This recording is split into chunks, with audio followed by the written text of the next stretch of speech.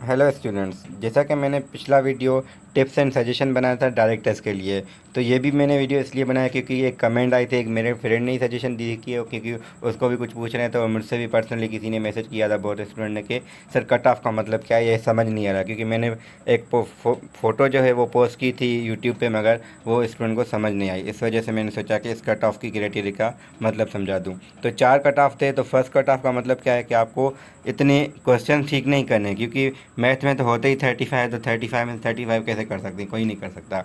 क्योंकि इस वजह से क्या होगा कि ये स्कोर है, तो हर क्वेश्चन में, हर पोर्शन में आपको इतना स्कोर लेना है। स्कोर का मतलब क्या होगा, अगर 35 स्कोर कैसे आएगा, तो अगर आप 10 क्वेश्चन आपने अटैम्प्ट किए हैं, उसमें से 9 ठीक है, तो 9 फोर आपको 36 मिलेंगे मार्क्स। क्योंकि आपको पता है हर क्वेश्चन की 4 मार्क्स हैं और एक निगेटिव होगा एक गलत पे। तो इस वजह से एक गलत हुआ, 9 ठीक हो गई, तो आपका 35 होगा। इससे कह रहे हैं, अब इससे ज़्यादा भी आप ले सकते हैं, मगर मिनिमम इतना हो आपके, यानी 9 ठीक हो, एक गलत हो। अगर 2 गलत हो गए तो आपको 10 ठीक करने होंगे, यानी मिनिमम 35 से ज़्यादा अब आप ले सकते हैं, मगर मिनिमम आपको 35 इंग्लिश मैथ में लेने हैं। और जी के आई क्यू में 15 अब 15 कैसे आएगा, अगर आपने 4 क्वेश्चन ठीक किए हैं तो आपके 16 बन जाएगा स्कोर। एक गलत किया, यानी 5 अटैम्प्ट किए, उसमें से 4 ठीक हो गए, एक गलत हो गया, तो आपके आ जाएंगे 15। ये सबसे हाईएस्ट है। ज़रूर नहीं कि आप पहले कट ऑफ में आएँ, दूसरे आप कट ऑफ में आ सकते हैं। तो आपके पास क्या होगा कि इंग्लिश मैथ का सेम है, मगर जी की आई क्यू में आपको 10 का क्राइटेरिया क्या होगा, आपने अगर 3 ठीक किए हैं, 2 गलत किए हैं, यानी 5 आपने अटैम्प्ट किए हैं, इसमें से पहले क्या था, 4 सही थे, एक गलत था, तो आपके वो नहीं हुए। आपने 3 ठीक किए हैं मगर 2 गलत हुए, फिर भी आपका ओवरऑल 70 हो। तो ये ओवरऑल 70 है ना, ये मिनिमम क्राइटेरिया है ओवरऑल 400 में से। अब 400 में से 70 लेना इतना मुश्किल है नहीं, मगर हर पोर्शन को क्लियर करने के लिए इतना क्राइटेरिया मिनिमम है कि जी की आई क्यू में 10 आपको चाहिए और इंग्लिश मैथ में आपको 35 चाहिए। सिमिलरली थर्ड कट ऑफ क्या है आपके पास के 25। अब 25 कैसे आएगा उसको भी मैं एक्सप्लेन कर दूँ कि अगर आपने 7 क्वेश्चन ठीक किए हैं तो आपका बनेगा 7 4 28। 3 क्वेश्चन गलत किए हैं तो वही में मिनिमम है कि आपने 10 अटैम्प्ट किए हैं। 10 मिनिमम आता है, उसके ज़्यादा भी आप अटैम्प्ट कर सकते हैं, मैं मिनिमम आपने अगर 10 अटैम्प्ट किए हैं, पहले 9 ठीक थे, एक गलत था, अब आपने 7 ठीक किए हैं, 3 गलत हुए हैं, फिर भी आपका ठीक है 25 आ जाने, आप थर्ड कट ऑफ में आ सकते हैं। सिमिलरली जीके में 5 कैसे आएंगे, अगर 2 गलत सही हुए और 3 गलत, पहले क्या था 3 सही थे 2 गलत, तो 10 बन रहे थे, अब 2 सही और 3 गलत भी आपके 5 बनेंगे।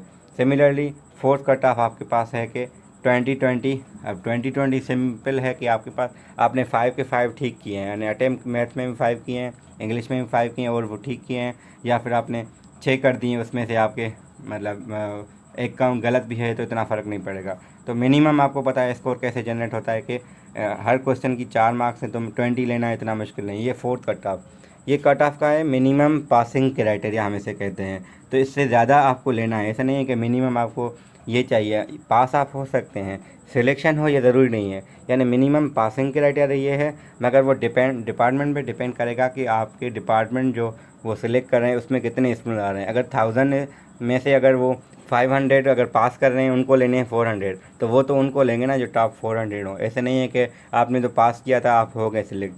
हाँ, आपको वेटिंग में रख सकते हैं, आपको ये कह सकते हैं कि भाई हम स्प्रिंग में नया सेमेस्टर स्टार्ट करेंगे, उसमें से आपको इनटेक कर सकते हैं, वो एक ऑप्शन हो सकता है, मगर उसकी कोई कंफर्मेशन नहीं है।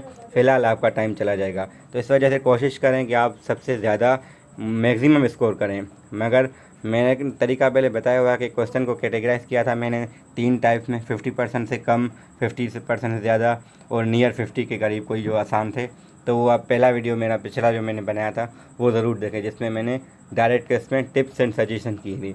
वो फ़ेज़ 1 के लिए भी है, फ़ेज़ 2 के लिए भी है। ये जो कट ऑफ स्पेशली ये है फ़ेज़ 1 के लिए, क्योंकि मैंने शुरू में मेंशन किया है। क्योंकि फ़ेज़ 1 में फ़र्क क्या है कि जी की आई क्यू वहाँ पे आपके पास फिज़िक्स आती है, तो इस वजह से हम फ़ेज़ 2 पे अलग से कर लेंगे।